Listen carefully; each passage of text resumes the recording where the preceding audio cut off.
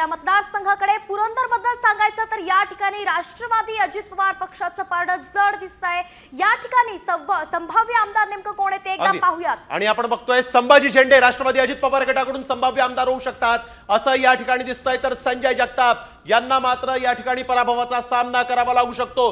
पुरंदरमध्ये अजित पवार गटाचे संभाजी झेंडे हे विजयी होऊ शकतात।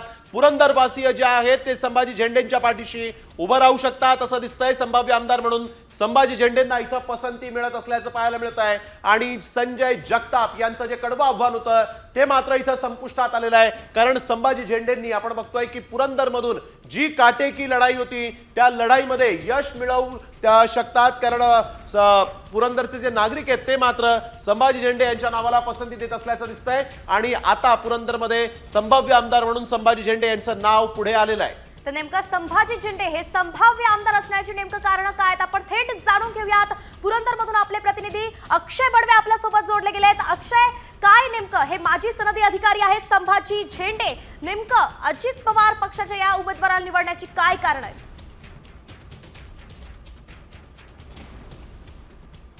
पुणे जिल्ह्यातील 21 मतदारसंघांपैकी पुरंदर हा एक इंटरेस्टिंग मतदारसंघ आहे, कारण की आपण याची पार्श्वभूमी जर पाहिली तर लोकसभेला विजय शिवतारे हे खासदारकीसाठी इच्छुक होते, मात्र त्या ठिकाणी अजित पवार यांच्या पत्नी सुनेत्रा पवार यांनाच उमेदवारी मिळावी यासाठी महायुतीचे सगळे प्रयत्न होते। त्याच ठिकाणी विजय शिवतारे हे बंडखोरी करणार का, त्यांची समजूत कोण घालणार? शेवटी मुख्यमंत्री एकनाथ शिंदे यांना विजय शिवतारे यांची समजूत घालायला लागला आणि त्यानंतर शिवतारे यांनी उमेदवारी मागे घेतली होती। मात्र जेव्हा हा प्रश्न विधानसभेचा येतो तेव्हा माजी आमदार खरंच विजय शिवतारे तिथे उमेदवारी त्यांना देण्यात आली, मात्र त्याच ठिकाणी मैत्रीपूर्ण लढत आपण जर पाहिली तर विद्यमान आमदार संजय जगताप यांच्या विरोधात अजित पवारांनी थेट संभाजी झेंडे जे माजी प्रशासकीय अधिकारी आहेत त्यांना एबी फॉर्म दिला आणि त्यांनाच थेट घड्याळाच्या चिन्हावर या ठिकाणाहून उभं केलं गेलं। आपण जर पाहिलं तर पुरंदरचे अनेक प्रश्न आहेत, ज्याच्यामध्ये पुरंदर विमानतळ असेल, गुंजवणीचं पाणी असेल, जेजुरी सासवडच्या नगरपालिकेचे प्रश्न असतील, असे अनेक प्रश्न जे आहेत ते या ठिकाणी